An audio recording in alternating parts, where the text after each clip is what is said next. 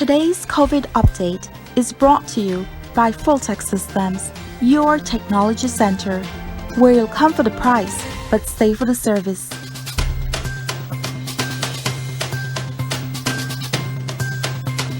And we are back, and we are joined via Zoom by Nikita Usher, who is the past president of the B.C.C.I, and Delroy Fairweather, who is the vice president of the Customs Broker Association in Belize. Good morning, gentlemen. How are you?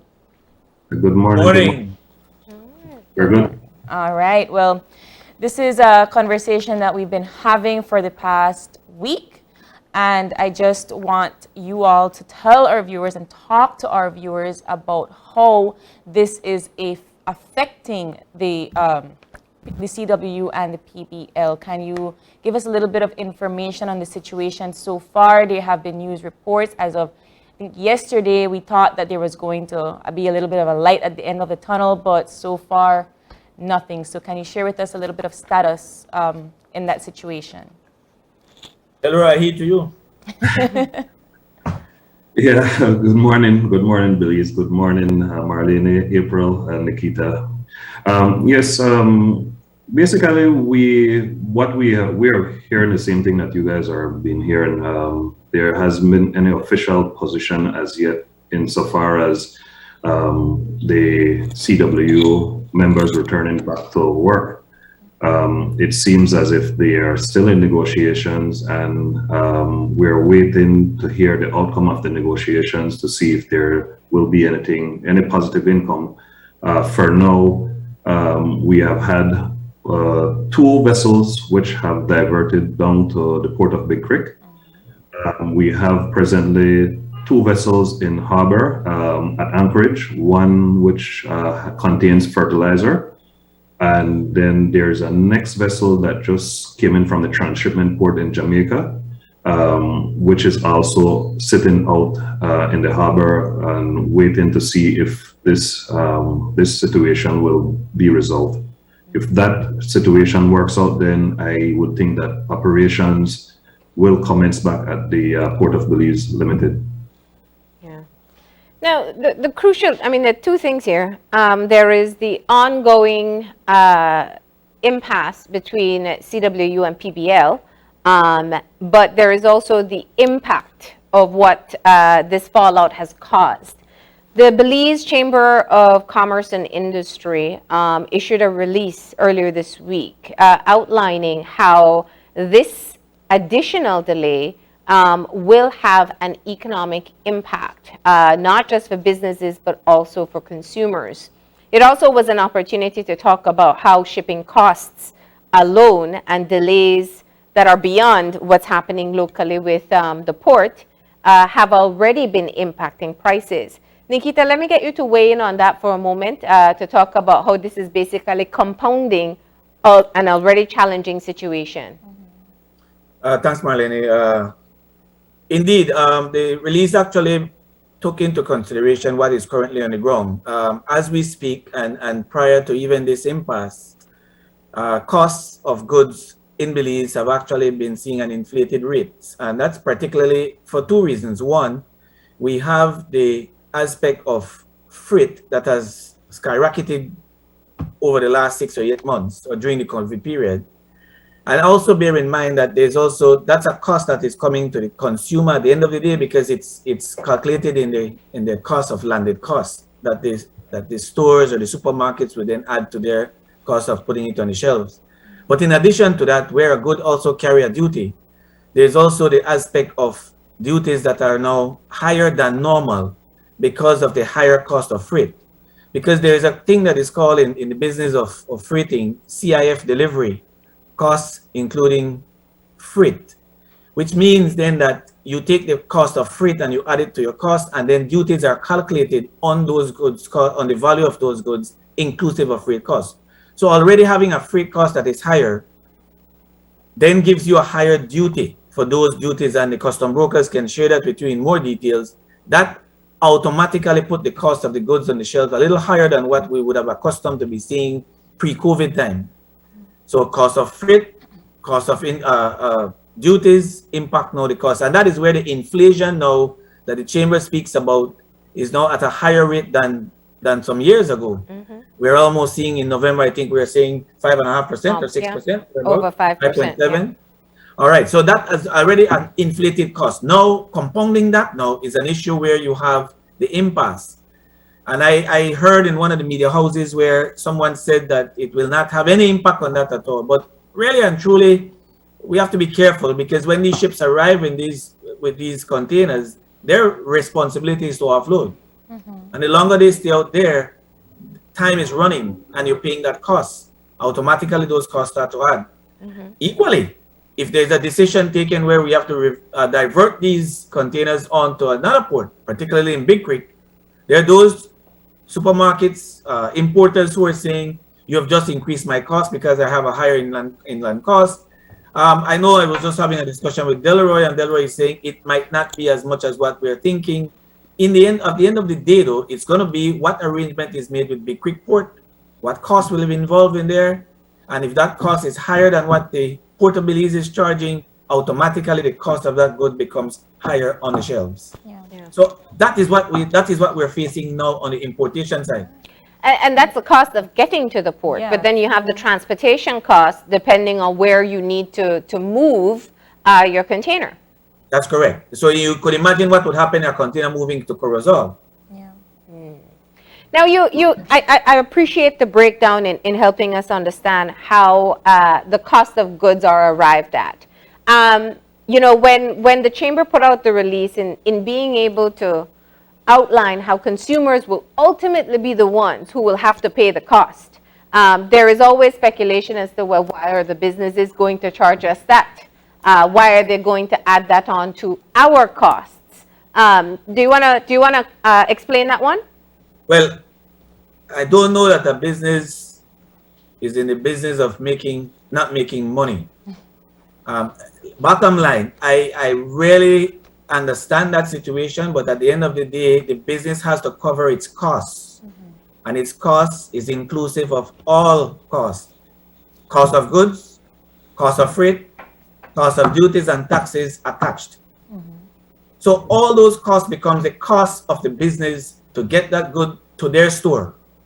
The only difference is that the business will add a markup now to put it on the shelves. That markup may vary. Some may choose to say it's 10%, some may choose 5%, some may choose 20%. Depends on the good, depending on where you're located, depending on your business policies. At the end of the day, that is why we emphasize the point that at the end of the day, it will end up being a cost that the consumer has to bear. The business community has no control over the cost of the goods arriving at their location site. Duties are attached, taxes are attached, and it's based on whatever that cost is plus the freight. And the freight is in no way controllable by the business community. So what compromise do you see happening then? How do you suggest we move forward with this circumstance? There's a situation that is on the ground that I've pleaded in a last show that I was on, that we allow the process to work. There is a tribunal that is set up, but if we cannot even sit down around the table, we will go nowhere. Every parties that I have been involved with will have impasse, will have delays, will have differences of opinion. That's normal for human beings, that's normal for business transaction. But the way we handle it is the most important. And I am of the view, and if you notice the Chamber's comment in their press release, it was basically saying, let us allow the tribunal process to work. In other ways, you can go to a court if you're not satisfied with the tribunal results, but allow the process to work while you allow the business, the community, the Belizean community to be able to access their goods. Because there's another side of this, cost is one aspect. Availability will be the other side of it that we will be very soon faced with on our supermarket shelves. And the worst part, Marlene, for me is when I see medical supplies now being affected. And I have been advised by our members that we do have some containers on the ground that is medical supplies oriented. if my memory serves me right, Delroy can share this. I think it's anywhere between 500 or 700 containers that we're talking that would be affected For this week, just for this week alone. And every week after, Yeah. my understanding, it could change by about 300 or 400 more. Yeah. And that's the question I do have for Delroy to ask. What is the decision-making process at this point? I think you mentioned that at least 2 ships have just returned back to the U.S. in this case, and some have diverted. What's the decision-making process here when there is no telling as to when this will come to an end? Well, Marlene, basically, like Nikita has alluded to, that ships are in the business of delivering cargo. What I think these ships would do, or the principals, they would look at the number of containers they have on board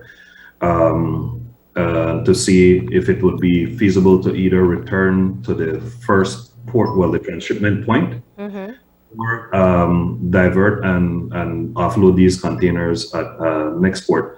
The 2 vessels that have returned, one only had 10 containers on board. That was the first vessel that got caught in the strike action, and the second vessel had maybe around 39 or 40 containers.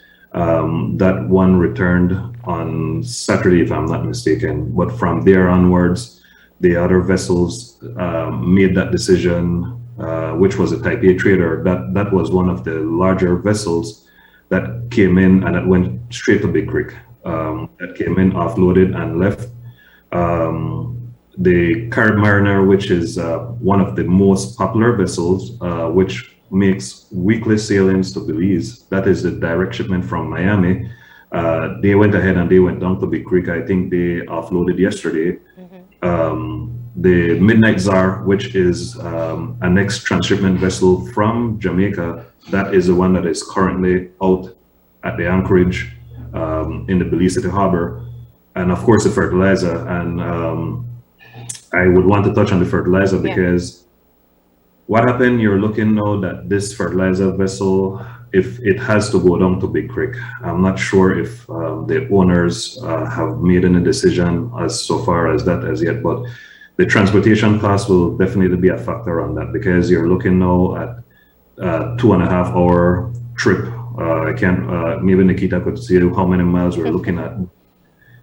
This is actually bulk cargo, and bulk cargo, it's a lot more sensitive than actually than containerized cargo, because in regards to containerized cargo, we have already sat down with trucking companies and negotiated a rate which we think it's reasonable enough. And as I was saying to Nikita earlier this morning, it should not take up the cost any more significantly, because it's a fraction of the actual cost of the goods.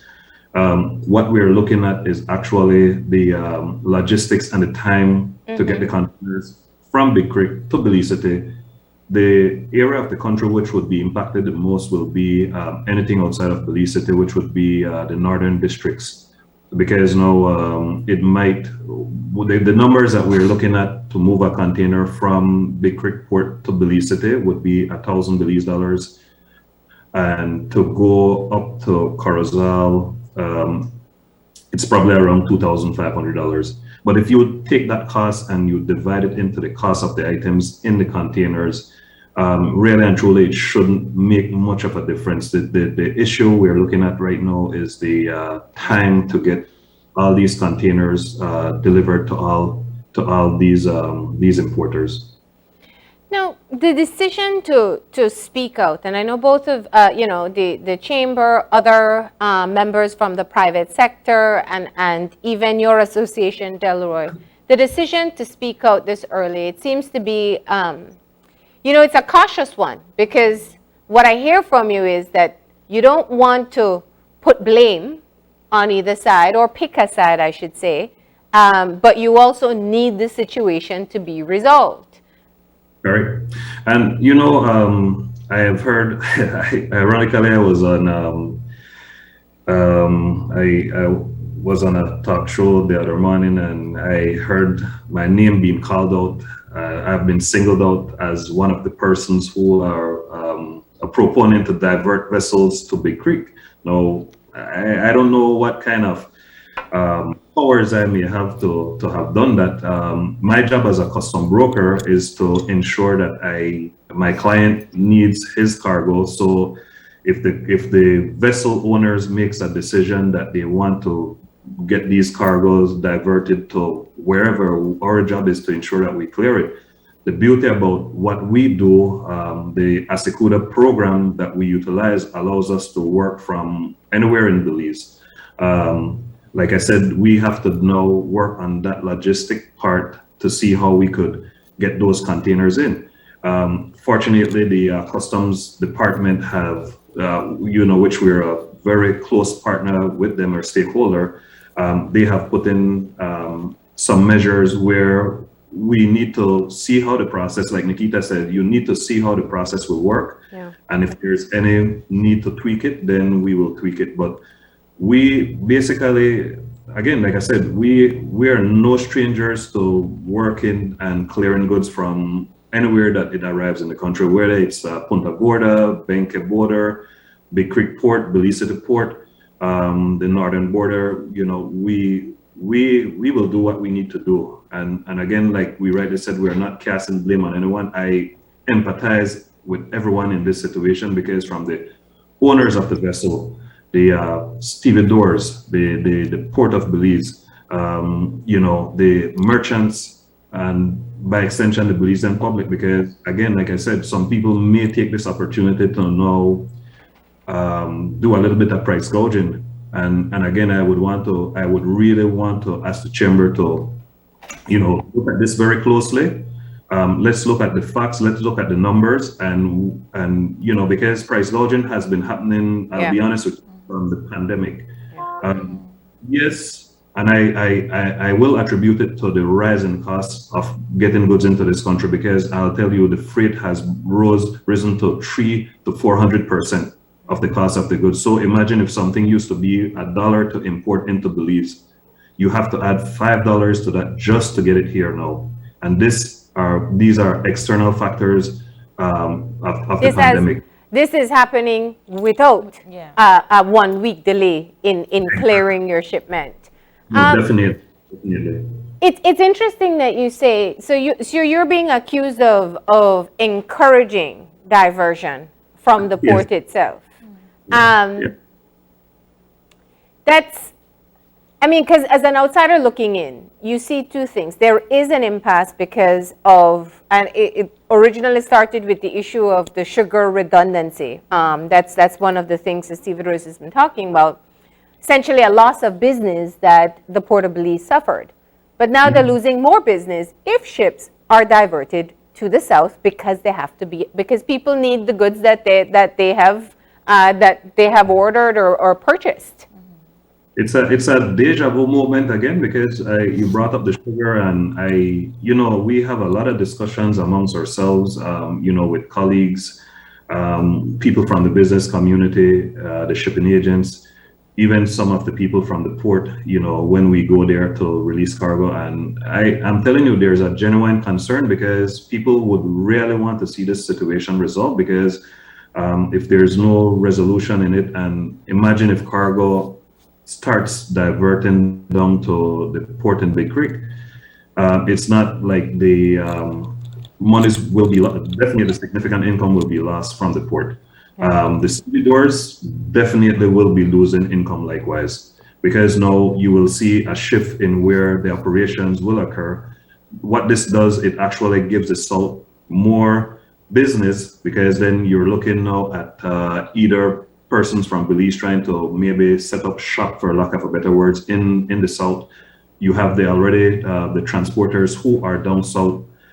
This is a income flow for them. I was telling Nikita earlier, likewise, that for them at CPBL, it would basically be a blessings in disguise. But he rightly corrected me and said, you know what? Yes, we're not just thinking about just ourselves here. We're thinking about everyone in the country. This is a part of what you call the transportation and logistics, because in the US, ports aren't, most of these places aren't actually ordinarily next to a port. So transportation does play a big role, but the numbers are what makes, guarantees the cost and so forth. So again, like I said, I just want to emphasize that the only thing that I'm looking here at, which would be an issue, significant issue, is the time that we will take to get goods onto the shelves. I wanted to go back to what you were saying about, the port being in Big Creek, and that would be the point of access. But the reality is that Belize City is the industrial city in the country. Most of your businesses and high estates are in Belize City. So regardless if you are shipping certain containers or certain bulks to the Big Creek port, that doesn't necessarily mean that everyone in the South needs the access to those goods, right? It would be, you have to look at where your consumers are and what they're actually purchasing. And I think my biggest concern would be the perishable goods, just because, like you said, you have the fertilizer and you have other perishable goods that can initially go bad if you just keep them in those containers. So it's not just about where they need to go, but the goods that they're carrying. And regardless of the situation, you do need to come up with a compromise, because time is not necessarily on your side. Well, just to correct that, all ports are equipped with storage facilities, or in the case of perishable items, let's say those.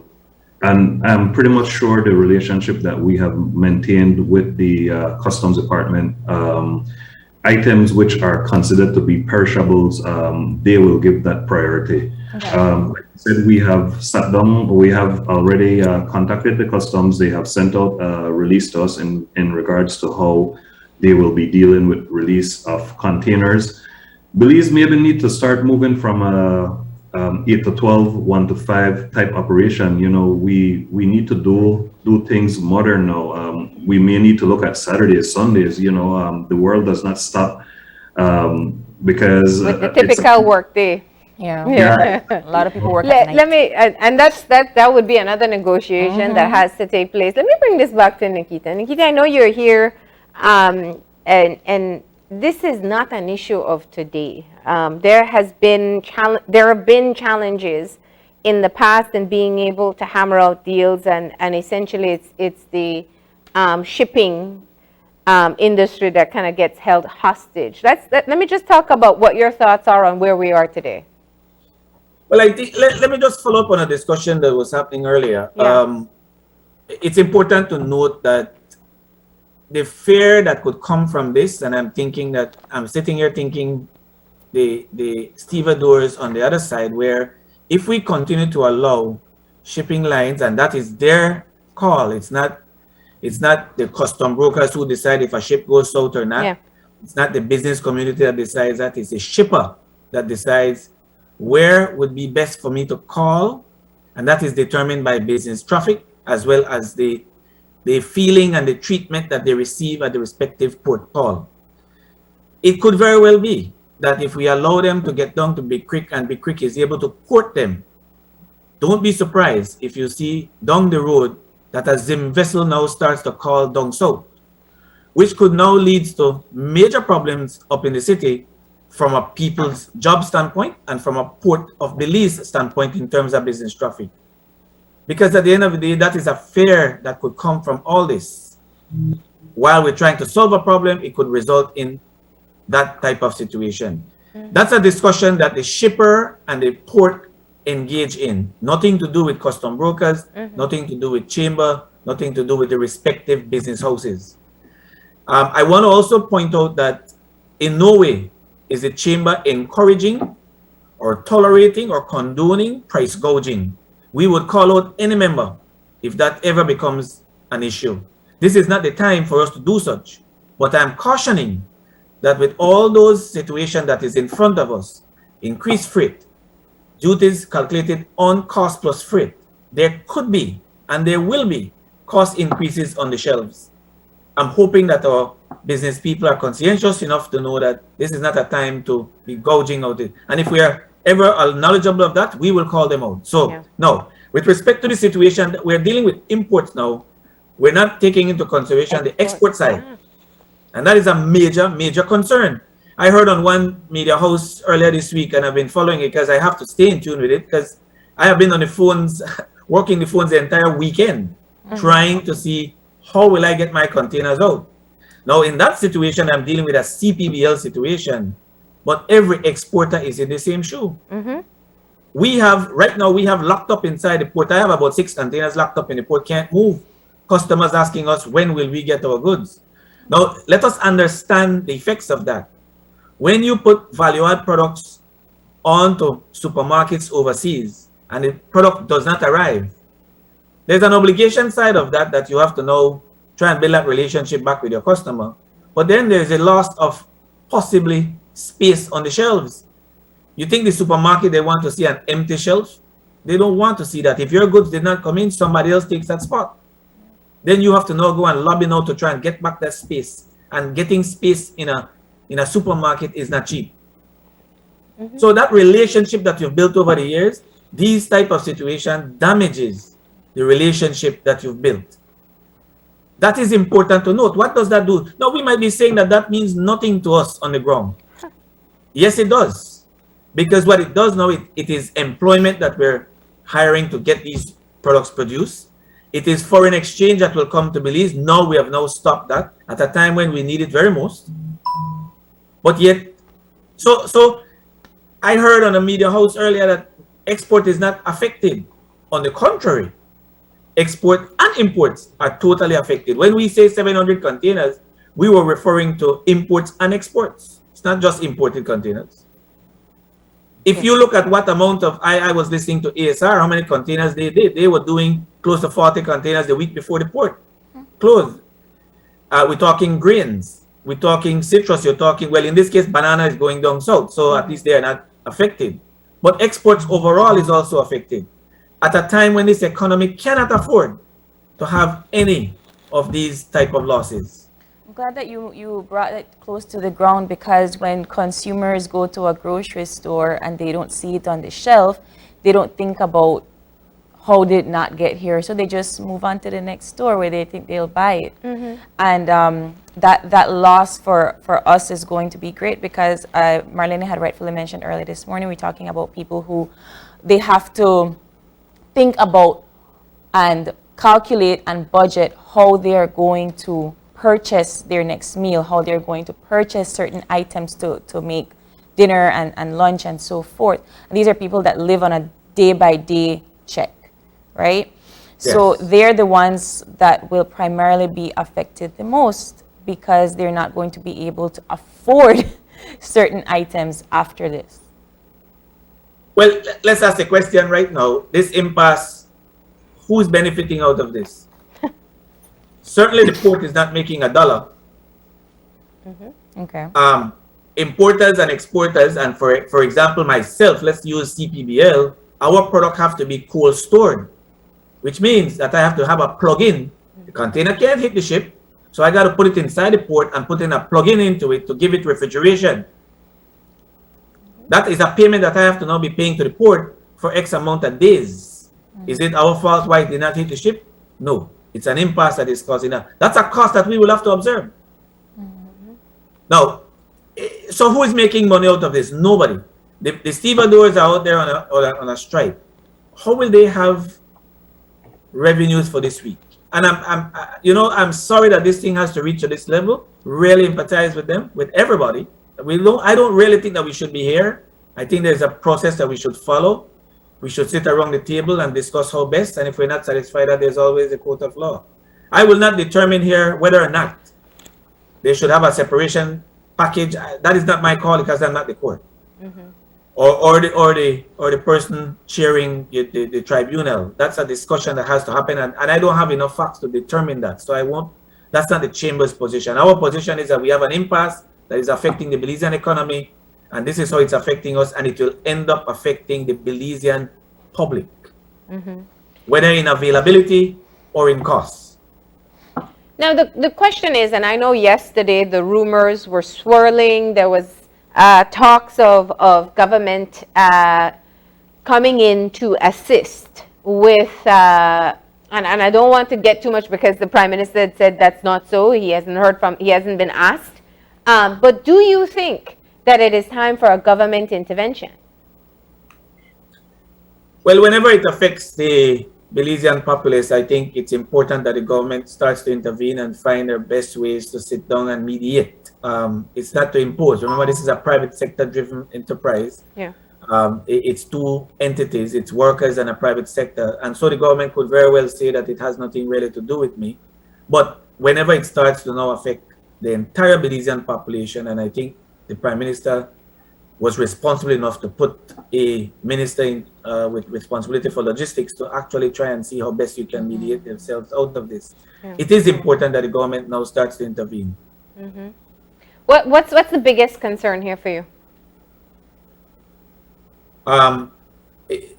If you ask me what is my biggest concern, it's twofold. One is the effects that it have on our Belizean community. I am sympathetic with that cause. I am concerned about the availability of goods that will be on the shelves. And I'm talking, you heard me earlier, my greatest concern is the medical supplies. Yeah. We don't have medical supplies in our hospitals. You and I know the importance of that at this current time. Yes. That is a major factor for us. And I think we have to have some heart in thinking that what this impasse is doing is going to affect some people's lives. That is one side of it. I'm also very much concerned that the economy could be impacted severely by not allowing for the containers to be going out, which is foreign exchange back to Belize, as well as coming in to secure availability on the shelves. So those are my concerns, honestly. So you're saying very clearly, because I know there have been comments made that exports haven't been affected, but you're pointing out where you're paying an extra daily rate to be able to keep your products cold while they wait for this matter to be resolved for your products to get out. I'm going to share with you CPBL's position as we speak. We have 5 or 6 containers in the port as we speak. I have 20 on the ground in Pomona. 20. All to be moved out. And all that is only CPBL. I'm not talking sugar yet. I'm not talking grains. I'm not talking all the other export. Mary Shop gave you a scenario where they have to get their containers out. I mean, so they can pay their farmers. Yeah. That's correct. That's correct. Is there the same goes for us. You know, remember, our export is actually what revenue comes in to pay the farmers for the deliveries of those oranges and grapefruit. Yeah. If I don't have those containers shipped, it means then that my overdraft facility at the bank will run high. It's amazing. I like that you point out the trickle effects all the way down to the last employee. Is there any hopes for negotiation anytime soon? Any optimism about how we can resolve this matter as quickly as possible? The only hope that I'm honestly going to say, the only hope that I'm seeing in sight is to sit around the table, allow the tribunal process to work, have your appointments, and let's get the matter trashed at the boardroom. If you're not satisfied with that, there's always recourse. There's always going to the court to say that I'm not in agreement with what that is. Yes, it will result in cost to any entity, but if you believe in what you're actually saying, then let's take that process. But we cannot continue to hold the country hostage because of an impasse that simply requires 2 parties to sit around the boardroom, around the board table. The entire country must not pay for all of that. Yeah. And as you said, that is the very clear call from the chamber at this point. Come back to the tribunal and see if they can hammer out a deal. What's the way forward for you, Delroy?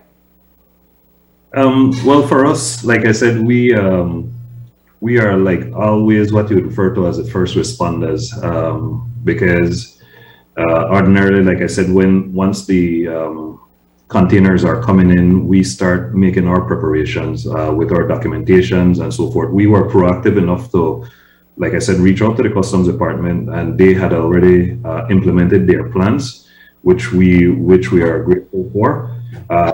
Again, it's just for us to work out the little nuts and bolts. I will echo exactly what Nikita has been echoing. this situation needs to be resolved, and it needs to be resolved once and for all. It's been dragging out for too long. You know, I am of the firm belief, I believe in our country, developing our country.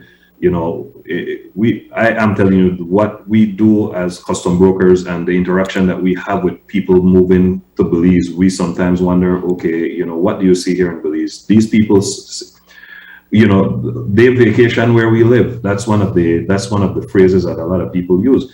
Yes, foreign exchange on the export end is equally important to importation coming in, and I can empathize with with CPBL, because we had cases before where there were similar strike actions, and we had to foot that bill for any additional costs. You know, it's unfortunate that people don't see these occurrences, but it's real, because I can tell you, and I know about the exportation, there's a chart that is looked at, and it has to be maintained at a certain temperature, because if that chart shows that that product temperature has dropped, then Nikita don't get his premium price for his products. You know, so the trickle down effect, it's large, it's great. It's everyone that you can think about is being affected by this. Like I said, the union. Let me just ask very clearly, sorry, because now Yeah, sure. I'm still stuck on that 20 container on the ground, Nikita. What's the estimated loss at this point? Because you're already at a loss. Every container value for us is about $40,000 to $50,000 US. Every container. And I'm talking reefer containers. If it's dry containers, it's a little less, because the product inside there is far less. So the dry containers would value anywhere between $5,000 and $6,000 US. and is this something that every day the additional costs, the costs accrue? Well, it has, because remember, these are refrigerated containers, so I Yes. have to now be plugging them in to keep them chilled. Yeah. Ordinarily, that would have already been on the ship on its way on to its destination point. So I would not have had those costs of refrigerating. But the bigger picture to that, the refrigeration cost is the smallest. The bigger picture to that is the damage to the relationship that you and your customer have. Yeah. You have not met the obligation under the terms of your contract.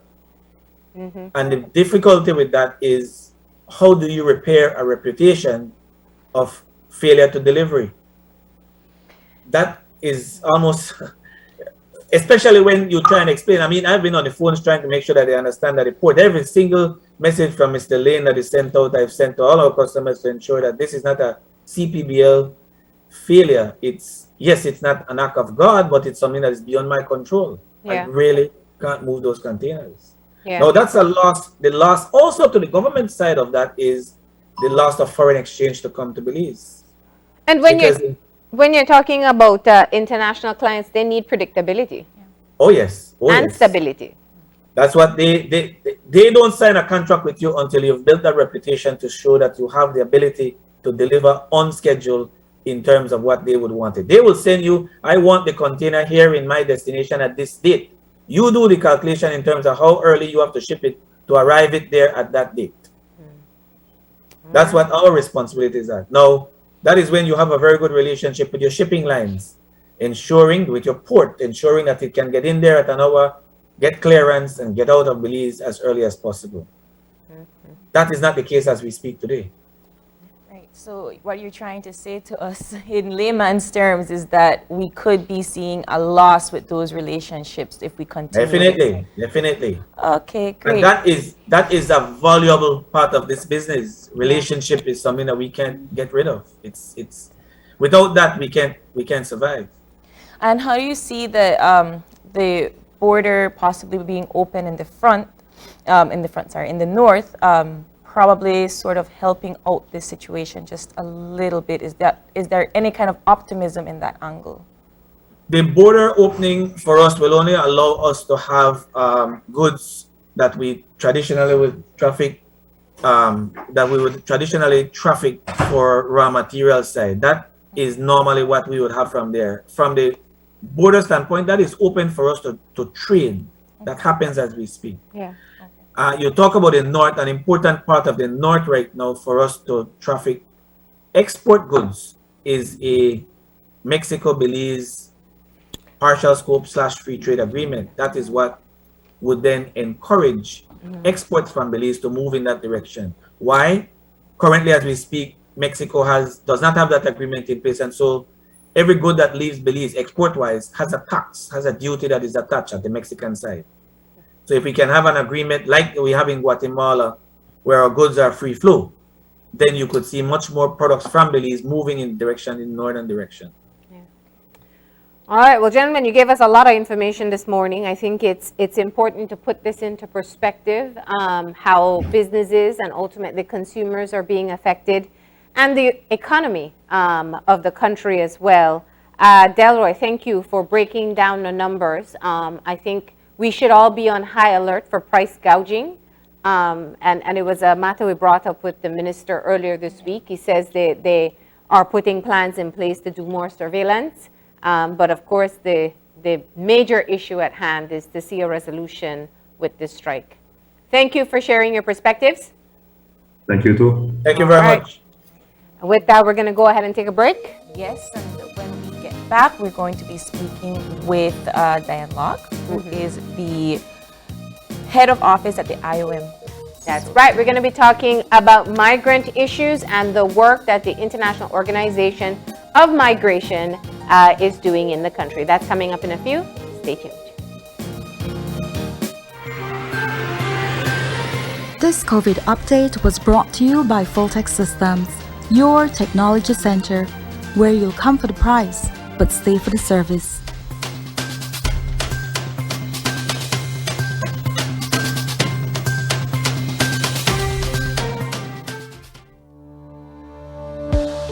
Working off-site doesn't mean you have to be off your game.